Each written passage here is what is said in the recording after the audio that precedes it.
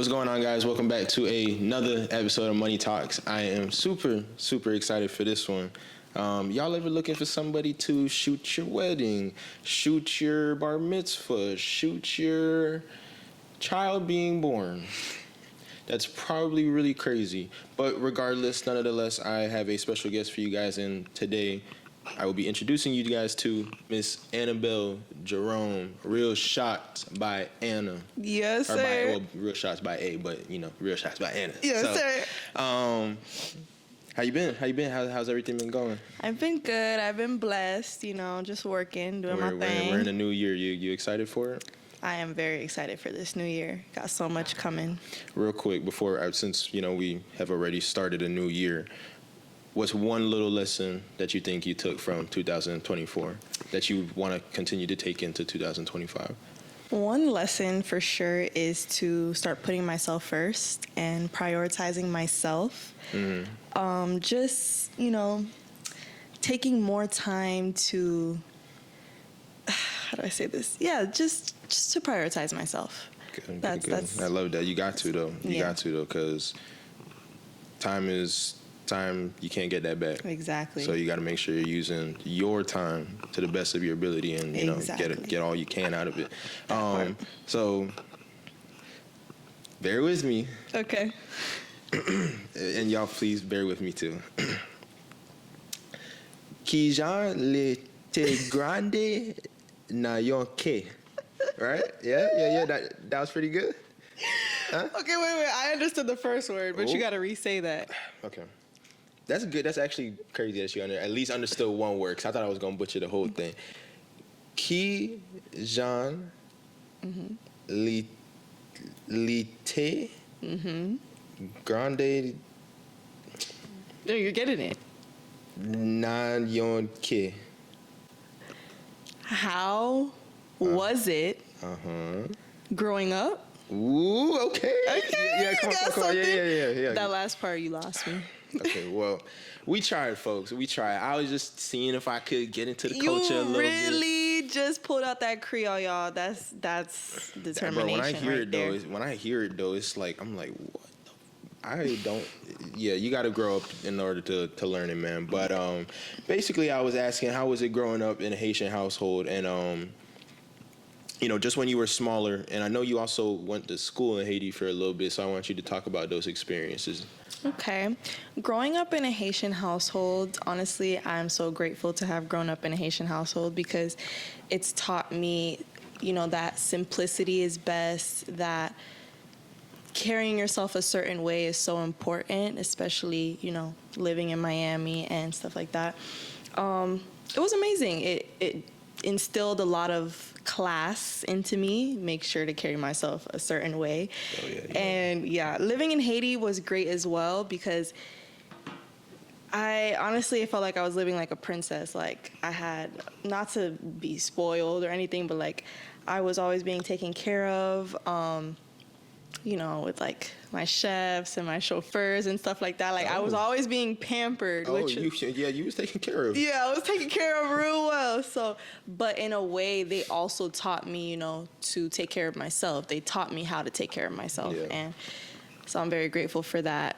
Going to school in Haiti was an experience as well. My school in Haiti was like a family, and it didn't feel like school down here. Like, it was so different. Even though the curriculum was the same, the vibe was so different because we were growing up on an island, Yeah. So it taught me a lot. And it made me who I am today. So it's like it's a melting pot down there too, right? Yeah, for sure. There's a lot of people from Europe, French people coming down. There's also some Hispanics that grew up in Haitian households. There's just the typical Haitian. Yeah, a melting pot. It's the same, because you're speaking about that, and I'm not sure. I mean, I'm so out of touch with my own culture, being Jamaica, but I know they have a little area up there too where it's like same thing. Like, I guess you could call it like the nicer part of Jamaica, if you want to call it that, where it's a melting pot of a whole bunch of different people.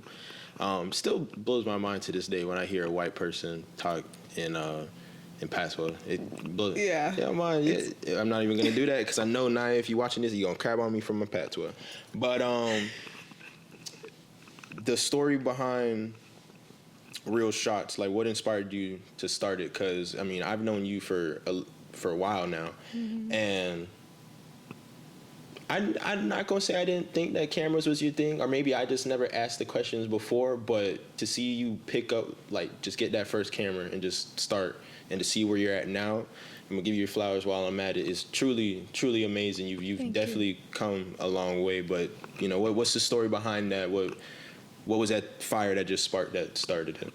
Thank you so much, first of all, because I appreciate that. It was a lot of work. You know firsthand. Oh yeah. So, honestly, what sparked it, I've always been into cameras. Like, ever since I was younger, I had a little MacBook that I would always record on. Like, I'd record my family members. Me and Naya would even make vlogs, like, just stuff like that. I've always loved to record and edit. I would even make, like, movie trailers and just some crazy stuff off iMovie. So that's always been a passion of mine. As I grew up, I never took it seriously. I just kind of let it go and kept doing what I was doing, like dance and painting, stuff like that. What initially sparked it was I was going through a breakup. I was kind of just in my head, and I was at work, actually. I was working at an elementary school, and I was working in the office as an administrator. And I was on my desk one day, and I'm just like, damn, like, I'm going through this breakup. I need to do something. Like, I need to keep myself occupied, you know? And I'm a Libra, so when we go through breakups, like, we gotta come out on top. Like, you know, we gotta show that we're doing something with ourselves. I'm right there with you. You feel me? And I was like, okay, like, I need to pop my shit somehow. Like, I need to do something. So I didn't know what I was going to do at first, but I just knew it had to do with videography because I knew that's where my skill set lied. Yeah. I knew that I knew how to edit. I knew that I knew how to film, all that stuff. So I'm like, okay, what can I do with that? So I started researching, like, how to start a videography business. A lot of YouTube videos, teaching myself. And then it started with event videography. I just wanted to go to events, you know, shoot events, stuff like that. So that's what sparked it initially. It was the breakup, me wanting to do something with myself and make a name for myself some way, somehow. So after that, I kept, like, I did so much research, like months of research. And then I made my little logo, and I went off with that. Yeah, the logo fire though. I like mine, but I feel like I still maybe have to. I think there's something else I can add to it. I like yours too. I was looking at yours. What did you use to make? You had somebody make it for you, or you made it yourself? I made it myself. I went on Canva. Right there with you. You know that Canva. I'm trying to tell you, bro. I will never pay for the premium, but boy, that free gonna get it done. God. That free is gonna get it done. Every time. I would never pay for that Canva Pro, but oh no. That free, it works though. It'll get it done. What? Oh yeah. know? So you had mentioned watching YouTube. Now, I can't speak for everybody, so I'll speak from my own experiences. But when it comes to searching up something, I guess when you want to start something new, every YouTube video is different because you might have one guy tell you one thing, and then you might watch the next one trying to learn something, and he's telling you not to do the thing that the last guy just told you to do. So I'm sure that was a lot of trial and error. Like, was 100%. there maybe anybody specifically who you came across a video and you're like, oh yeah, I'm a kind of rock out with you, kind of take things from you, or was it just like I'm gonna take one thing from you, try it, oh that didn't work, all right, next person, that didn't work, type of thing? Honestly, no. I was watching a whole bunch of different videos. There wasn't one person that I was sticking with, only because, like, camera work is so straightforward. Even building the business is so straightforward. Like, there's a specific blueprint that you have to follow, and it's not like, it wasn't like people were telling me different things. Honestly, they were all kind of telling me the same thing, you know, the same steps to take. Obviously, some people have different styles, and a lot of people are just like, find your own style. Everybody has their own niche.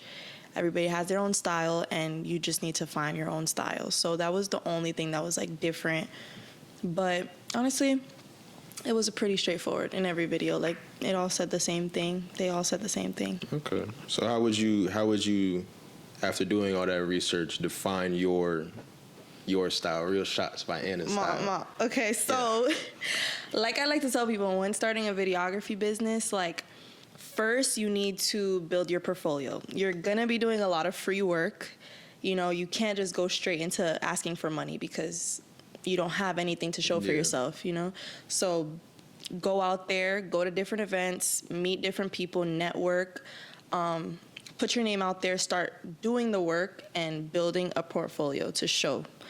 And then once you have your portfolio, then you can, you know, build your brand, you build your logo, you make your account on whatever social media platform you want to do it on, and then you start releasing your work. So now people are seeing what you got going on, what you could do, your style, and then that's when people are going to come to you like, oh, I want you to do this, I want you to do that, I'll pay you for it. Like, even I did not think I was going to be getting paid that fast. Like, I was getting paid 3 months, maybe 3-4 months into doing it, probably a little earlier.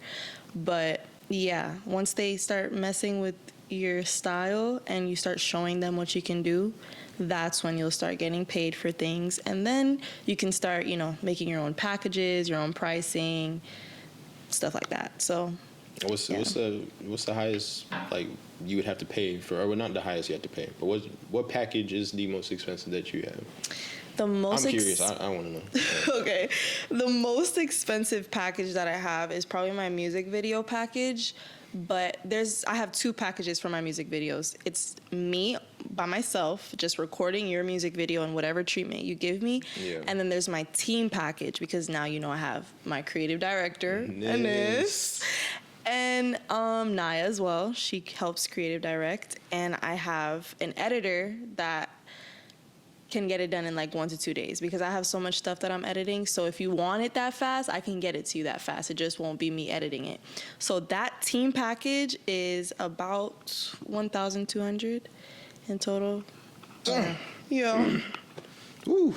Hey boy, well, you know what? She said she gonna get it done. So if you want your stuff looking good, you're gonna have to pay a pretty penny for it. Exactly. And that is nothing compared to what these videographers are charging nowadays. I could only imagine. Yeah. I could only imagine, like a Cole Bennett or like a, yeah. I mean, that's a whole damn production. That's like a whole 50 ball right there. You might be spending more than that. I mean, I don't know his pockets, but he probably charging about $100K. Yeah. Probably. Yeah, I'd say so as well. I like what you said there, where you have Naya and then you also have Nis, a part of your team. Mm-hmm. That's got to be a good feeling, knowing that. And I've known you for a while now, mm-hmm. and Naya and Nis, but to know that you guys are pretty much damn near like sisters, and you can take care of said sisters, it has to be a great feeling to know that you even have people on your team that you've known for so long that you could trust with certain things. Like, you could go to sleep, and if I need y'all to handle it, y'all are gonna handle it. That's got to be a great feeling. It's an amazing feeling, and as you know, they are my sisters, and they have supported me from the jump with Real Shots, and I never even thought that they were gonna be a part of my team one day. Like, I never knew that was gonna be a thing, but the fact that it is just like amazing, because we would have so many conversations about what we want to do and how we want to express our creativity. And it's like God himself, like, put a talent into each of us that can, you know, come as one. So it's such a blessing, and it makes me very happy. That's good. I love to hear that, man. So what project do you enjoy creating the most? Like, whether that be a music video. Have you done one actually? Or you have? I've done about 3 music videos. Three, okay. Yeah. I haven't released them yet though. Like, the people have released them, but I haven't released them on my platform. You haven't released them on your platform. Okay. So which one, like, what would you say is your most favorite one? Music video, photo shoots? My favorite thing to create is, I love doing content creation for like influencers. So I love doing day in the lives, like vlogging, helping people vlog. That's fun. I might need you for that one of those. You got you. You know, I got you. I love doing studio shoots now. I wasn't into photos at first. I was just into videos. But as I've gotten into photo shoots, the outdoor photo shoots are cool, but like studio photo shoots, like they're amazing. And it's so cool, like when there's an actual concept, because I did like the Halloween shoots and I've done some Christmas shoots in the studio. And I'm really starting to like love that because the lighting, first of all, just eats every time. And I just love seeing it come together in the studio. But yeah, content creation, like, I also love studio sessions, like recording studio sessions, artists in studio sessions. That is one of my favorites as well. Music videos are my least favorite. Yeah, well, I'm sure because of probably the editing part of it. The editing process, it's just repeating the song over and over again. It's my least favorite. And that's like, any video, honestly. That's any video. But music videos, I'm the same way when I'm editing these podcasts. I'm sitting here going back, just listening to the same topic over and over again. And I love my guests, by the way. So this is nothing towards you guys. It's just the editing process can be a little tedious sometimes. Very tedious. What artists or brand in the future do you want to collab with? Definitely want to collab with Tiana Taylor. Actually, I saw her at Rolling Loud because she was creative directing. We're going to get into that. So okay. We're going to get into that. Okay. I definitely want to collab with Tiana because she is a creative director herself and her work is out of this world. I met her at Lil Baby's concert and it was crazy how I met her because she was like walking. We were at the front of the concert and she was walking with like her little creative direction set and I was like, Tiana, like nobody realized it was her and I like screamed out her name. I'm like, Tiana. And then she like couldn't stop, but she went and then she came back just for me and she like hugged me and we took a picture and then I saw her again at Rolling Loud and she was creative directing Scale Up Baby's set. Did she remember you though? Is there like I don't know. She was busy. Like during Scale Up Baby's set. Loud, that's the thing. I don't know because we didn't get to really talk or she didn't even get to look my way because she was so busy. But it was crazy watching her and seeing her do her thing, you know, in person. And she's definitely somebody I want to collab with. She also has a production company called Aunties Incorporated. And Aunties Incorporated. Yeah. Like the aunties, like tap into that.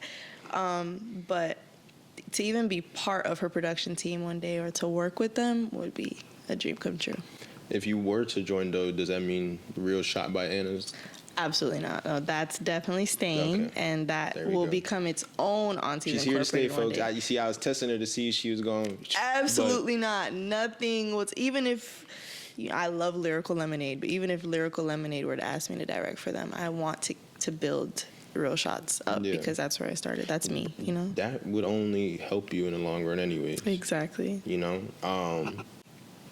I want to use that as an example to say that, like, if you get another opportunity somewhere else, don't stop doing what you already started doing. Because the worst thing you could do is start something and get so far progress-wise just to go back down, and you don't want your thing to start looking like the stock market, because once that thing starts going down, it starts hurting your pockets real bad, you know what I mean? But yeah, just when you start something, just keep at it, but use everything else that you can to build it up. Correct. That's P advice right there. Yeah, you know what I'm saying? Man, you mentioned Lil Baby. You and Lil Baby. I mean, there's so many other great artists out here. I mean, like Future, Young Thug. I love all of them too, but Lil Baby's just different. What caught the eye, man? What caught the eye? Lil Baby, he is just so like, he's so authentic to me because. Have you ever watched his documentary? I have not, no. That's Lil Dominique. That's why you need to watch the documentary of Dominique Jones, because he's really, and I'm not to say like a lot of artists and a lot of rappers, a lot of artists, they've come from the dust, but just like his story is amazing to me and how he keeps his image. Like I I don't know. We're just connected somehow. I don't know what it is. I don't know what it is, y'all, but we're connected. I'm telling y'all. Well, right now. to be that connected and to have him sign your camera at Rolling Loud probably had to be like one of those, like, I could have, now correct me if I'm wrong. He signed the camera, you like, thanks. I'm just gonna take this real quick, go to the back. Like that Hell no, I did it in his face. We were just cheesing in each other's face, like. Yeah, no. I've worked with Lil Baby before that, so he definitely. I hope he remembers me, but yeah. I worked with him like 2-3 times before that, so. It's dope. It was like I already kind of like had that moment before, Yeah. so when he signed my lens, it was kind of like just take the pen and then we just cheese at each other while he was walking. You haven't past. hung out? No. Oh, okay. We have not hung out yet. No, not like that. I said the thing that he signed. The Oh, what do you call it? Is it like it's a plexiglass. Plexiglass. Plexiglass. You have it hung up? No, I do not have it hung up. That's what I was getting. That's what I was getting at. I was like, no. She probably hung it up. It's definitely stacked with the other signatures. I don't have any of those hung up, honestly. But how was that though? How was Rolling Loud? The fact that you could have so many of these artists, bro. How did you not get Future? How did that not? That one, I would have asked you for. I know. That one, 100%, I would have had. I wanted Pluto so bad, but the thing is, first I worked with Pluto like 2 weeks before Rolling Loud, or like 3 weeks before Rolling Loud on his mixtape Pluto album. I was there for one of his music videos for surfing. What was that song called? Surfing. No, I love. Don't be careless with this rich thing we made. Yeah. I was there for that music video. Oh my God. Yeah, and I talked to Pluto I might himself. end the podcast right now and go cry. I might end the episode right now and go cry. I swear, bro. I love. Like I didn't. You know what's so funny? You actually mentioned that. I don't mean to cut you off, but you had said that song, and I was listening to it the first time, and I didn't like the song, bro. I'm gonna be completely honest. I didn't like the song first listen. I hopped in the car next day. I clicked shuffle. That was the first song that came on. He was like, wait, it's kind of hard. I was like, damn, the thing fire, bro. But yeah, that is my favorite song on that album for sure. But I'll let you continue. My bad. That song is hard, and I listened to it like 10,000 times at that music video. But it is hard. So I had a whole like conversation with Pluto. He came up to me, met him myself. So I wasn't too like bummed that I didn't get his signature, but I really wanted it. The reason I didn't get it was because there is a left side and a right side of the stage, and with these artists, you never know which side they're gonna come off on. Right. They're supposed to come off my side, which was the right side. They're supposed to come off on my side, but some of them, like Trippie Redd, he went off on the other side, disappeared into thin air. Who else? A couple more artists went off on that side when they're not even supposed to, but sometimes they do whatever they want. And so when Pluto's set was about to finish, I was on the right side, and then I asked somebody, I'm like, yo, what side is he getting off of? And they were like, he's getting off the left side. So I ran to the left side, and there was a whole tent set up for him. Usually that's not there, but it's Pluto. So they had a whole tent set up for him, and then like a whole walkthrough that they cleared out because they're like, Pluto's coming out through here, Pluto's coming out through here. So I'm like, okay. So I was waiting there, and his team member, he's like, yo, Pluto doesn't want any pictures, any videos when he comes off stage. I'm like, all right, bet. Whatever. So I stayed there. He ended up coming off on my side. Same thing with Sexy Red. She came off on my side when they told me she was gonna. Yeah, so it's because I was on the wrong side, but I do believe even if he didn't want any pictures or videos, he would have signed my lens if I was on that right side. How is he as a person? He's a vibe as a person, and one thing I one thing I respect about him is he takes complete creative control. Like, he's not just the artist that sit back and let the director and everybody do the thing. Like, he puts his input. He likes things a certain way. He's very involved in his projects. Yeah. Do you feel like that, do you, well, I mean, I guess it helps out either way, but do you feel like having the artists be as in tune as the directors, is that like, I mean, I'm sure it's a good thing, but or do you, is it a bad thing if you guys just do the stuff for them? You know what I mean? It's not a bad thing if the artist lets us take complete control. At the end of the day, it is our job. But when the artist is very like active and wants to put their input, it can help the project come out better, and like it can avoid future revisions, like always telling the director, I want to change this, I want to change this, you know? So it's like in that moment, if the artist is putting in their input, everything's going to come out the way they want it to, you know? But some artists don't care. Like they really just don't care. They just do as long as it come out good. Mm-hmm. You did the photo shoot for Sexy Red. Which for her maternity shoot. Pic. How did you come across that? Like, I was not doing the photo shoot itself. It was actually Amaris taking the photos, because Amaris is her photographer. Amaris. Yeah, shout out Amaris. Whenever, by the way, we've met a couple times. If this video somehow comes across you, would love to have you on. Chop it up. Good episode, but that's a good one to have on for sure. She's amazing. Yeah, I've seen her work. She's amazing. So Amaris, one of the first photographers that I met actually, and we ended up becoming great friends, and even finding out that our families knew each other as well. Like my mom and her mom went to school together, which was super cool. Small world. Yeah. So as our relationship continued to grow, I always spoke to her about doing behind the scenes footage for her.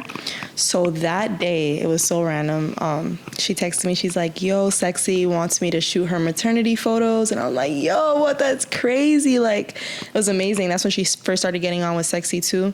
So she was like, "I want you to come and I want you to get some behind the scenes footage for me." And I was like, "Bet." So we ended up going. We ended up going, and something happened where Sexy couldn't come that day. So we had to reschedule for the next day. And then the next day came, and then it all, happened. So that's how I got onto that. She's cool. She's cool people. Sexy. A lot different than Sexy's real cool people. She's herself wherever she is. Like even when I'm around, she is completely herself. She's a vibe. I fuck with Sexy. Yeah, she's cool. That's cool. Yeah, you wouldn't. I mean, you wouldn't know, or at least I wouldn't think. But I mean, definitely she does give off that vibe. Like, I'm gonna do whatever the fuck. I'm gonna be me wherever the fuck I am. Literally. Ooh, sorry for cursing. She's very open. What's your guilty pleasure song? My guilty pleasure song? Mm-hmm. Ooh, what's my guilty pleasure song? If you want help, I'll give you mine. Okay. And I just recently found this. This is post-editing Jordon. I just want to say, I've been new about this song. I don't know why I said I just recently found it, but I could never disrespect a banger like this. We've been new about this. This one has taken over my old guilty pleasure song. Okay. But it's Waves. I think it's by Wave After Wave. Ah, that's fire. Wave After Wave. Slowly drifting. Drifting away. I love that song. Okay, let me check. Oh my God.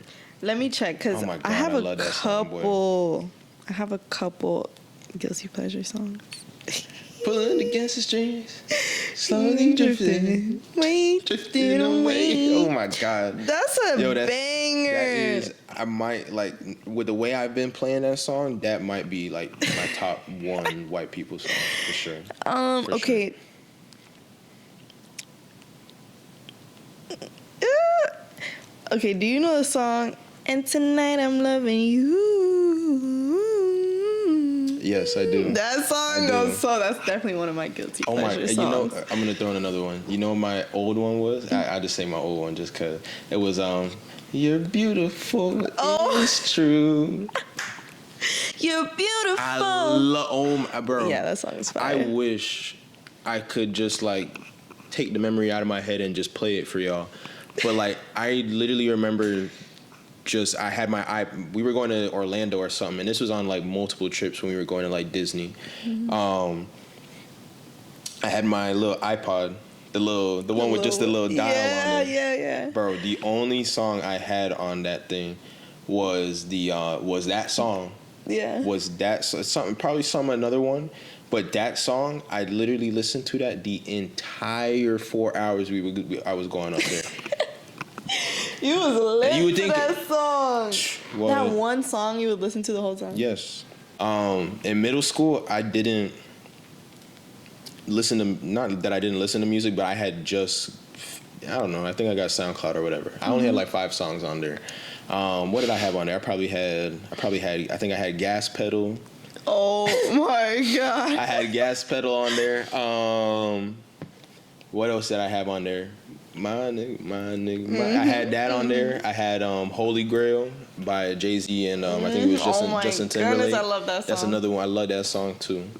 You know what? Randomly, real quick. Yeah. What's your favorite album? I'm gonna go with mine first. My favorite album. Oh well, okay. I'll do 1A, 1B. Okay. 1A is What a Time to Be Alive by Future and Drake. That was my first 10 out of 10 album I ever listened to. Mm-hmm. And then same with 808 and Heartbreaks. I love Kanye, man. That documentary. Same way you watched it with Lil Baby. Mm-hmm. That Kanye documentary just made me. I need to tap into that. Bro, it made me find like a whole new love for Kanye, bro. Like it was the man literally made Through the Wire with his mouth wired. I mean, I didn't know that's why the song is called Through the Wire, but when you watch it, what? Like his mouth was shut? Yeah, it was shut. He made that song that you can hear, like when you watch it and you go back and listen to the song, you're like, oh, I can literally hear, like it's crazy. Shoot, I need to listen to that. It's crazy. It's on Netflix if you want to watch it. I'm not a big you see how you're like, like what's my favorite album? Like, albums. I'm not a big album girl. Like it's just a song. Specific songs. So what's your songs then? My favorite songs? Oh my God, y'all. One thing about me, I'm so indecisive and I'm also very yeah, he knows. But I'm so indecisive and I'm just my memory, you see how I look like Dory? That's not the only thing that I don't just look like her. Like my memory that's sucks. Funny. My memory sucks. Jeez, Jordan, these questions. Hey, Okay. I need y'all thinking. I need to make sure y'all brains are working. No, you're right. And I love how you're making me think. But, okay, I'm a sucker for Bob Marley music. God, love me some Bob Marley. That album, okay, if we're still talking albums, that album, the, what's it called again? This the Bob Marley and the Walk. Yeah. Oh, yeah. The Wailers. I love that album. I Buffalo Soldier. There's a natural mystic blowing. Yeah, that is a top album right there. I literally just have a playlist specifically for Bob Marley. Love that, bro. Yeah. I love just listening, bro. Sitting outside, just listening to it, bro. And even the album that Drake made Marvin's Room on, that's another great album. Take Care. Take Care. Boom. Take Care is a good album too. I can't lie. Yeah. Over My Dead Body? What? He ate that up. My dead body. That's get Jordan in the stew. What? Anyways. Yeah, I don't know if they want me in the stew again. Again? I talk about it a little bit.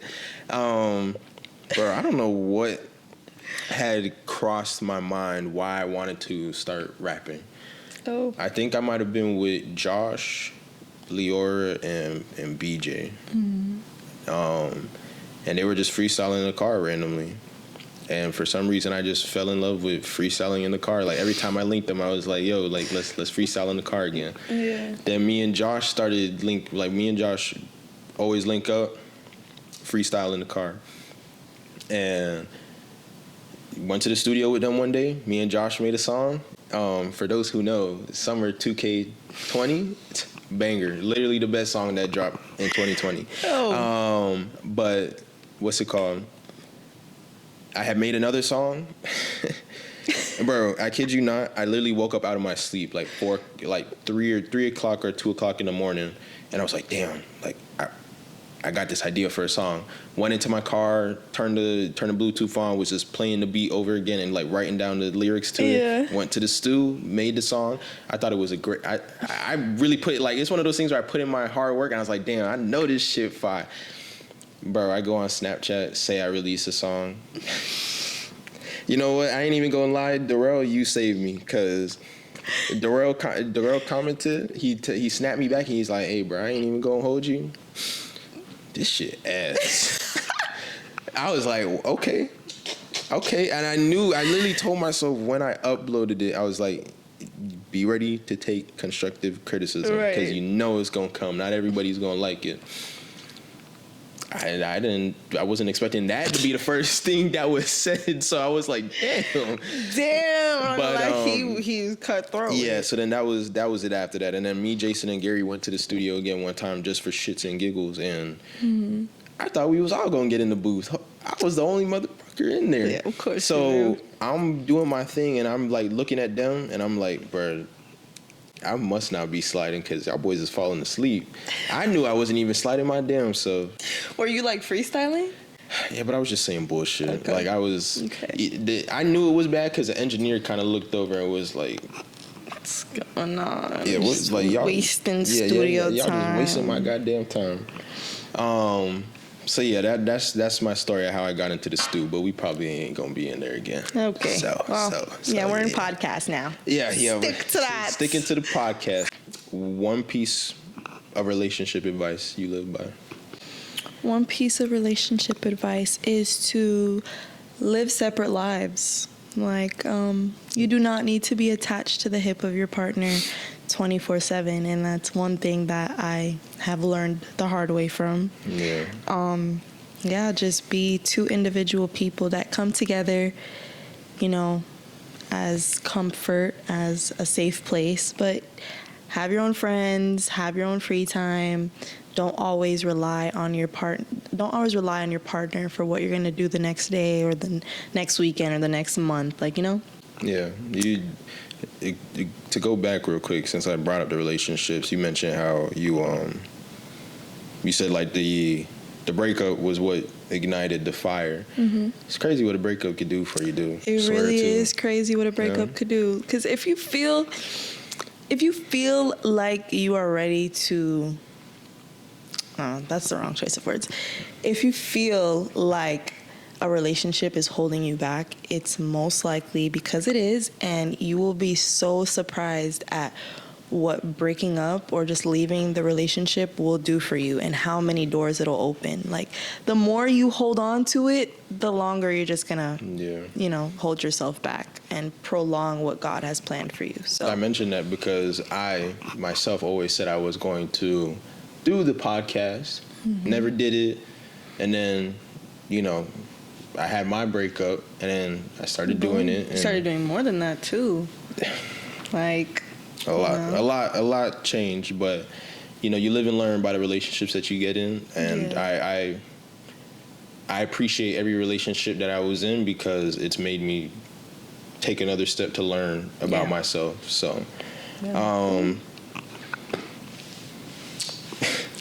why did I add this one? But I'm going to ask it anyways. Okay. One thing a guy can do to make you be like, yeah, you know what? Yeah, you the one. I like you. I don't know where this one came from, by the way. Like, see, now that I'm looking at it, I'm like, what? Why did I write that one? But yeah, we gonna ask it because it's on there. I'm a sucker for personality, so if you're making me like laugh like a lot, then most likely I'm gonna fuck with you. I'm gonna mess with you. Should I say it? Should I say it? If you can make her laugh, or if you can make her giggle. Oh my God! Okay, we're gonna stop. Wait, if you can make her giggle. If you can make her giggle, you can make that jiggle. Yo, that's crazy, but it's true. It's true. I'll ask my last one. This is my Vault Edition question. I like to have my own question for the the podcast. If you were to open up a vault and you had to put a piece of advice in there, what would that piece of advice be? Now, being that you close a vault and somebody else were to open it, they could take that piece of advice and run with it for the rest of their life. Okay. That advice would be to always trust in God's plan for you, because we as human beings tend to always want to take control over our lives and where we're going to end up, but it truly isn't up to us. Our lives have already been written, and the Lord knows where he wants to take us and what purpose he wants us to have in this life. And you just really need to trust in him. And that's not saying to just like let go of complete control. Obviously, you need to be wise and you need to always show up for yourselves and go after what you love. But what you love and what you think, it doesn't just pop up for no reason. You know, it's planted in you, and there's a reason that it's planted in you. So yeah, I just say to always trust in God's plan for you, and always trust that you're going to make it in this life regardless. God doesn't want us to struggle. He doesn't want us to be poor. He doesn't want us to not live a happy life, you know? It's just about going with his will, being obedient, and being a child of God, you know? Yeah, that's the only way to do it. It's the only way to do it. Only way you're going to walk through them gates. Or else you're going to be going the other way. Don't want to go the other way, y'all. Yeah, no. I'm going through the gates. Through the gates. But yeah, man, I love this episode. Me too. I love it. I know we have our own personal conversations sometimes, but for everybody to see you open up, to see you talk about your brand, just the things you got going on, the whole purpose of this is to let people see how, you think, let people see how you work ethic. Just by the way you spoke, I could hear the work ethic behind real shots. You know what I mean? So just continue doing your thing. Like you said, keep God first, because in those times when you feel like you're maybe editing a video too long, or your video doesn't come out the way you want to come out, trust. There's a reason. There's a reason for it. Yeah. So continue to the work that you're doing, man. And I love you. So thank you. I love you too, Jordon. Yeah. By the way, I call him Jordor because that's my Jordor, and nobody else can call him that. Period. There we go. But watch how many more people now go. Oh gosh. Steal that one. Oh God. But yes, thank you so much, Jordon, for having me on Money Talks. Yeah, of course. I appreciate it so much, and we both gonna blow up this year. Like this is our year. I know, as cheesy as it sounds, everybody says, "Oh yeah, this year is mine," but truly, the end of 2024 was a little funky. Christmas ain't feel like Christmas. New Year's Eve didn't really feel like Christmas or New Year's Eve. But that's just me. But it's truly something about this year. I don't know. 2025. It feels good. Yeah. Real quick, for my guys, I'll leave off on this. I swear. But Black Ops 2 came out in takes place in 2025. Oh gosh. The greatest game of all. Well, I can't say all time, but it's a top 5 game of all time. My boys know. Oh. So, but yeah. Hope you guys enjoyed the episode. I love this episode. Just love that you guys got to hear Anna for who she is and what she does. Obviously, you guys make sure you like, comment, subscribe, stay tuned, and I hope to see you guys in the next episode and more great content coming on the way. So love you guys for always sticking through. With that being said, yes sir. Deuces. Mic drop.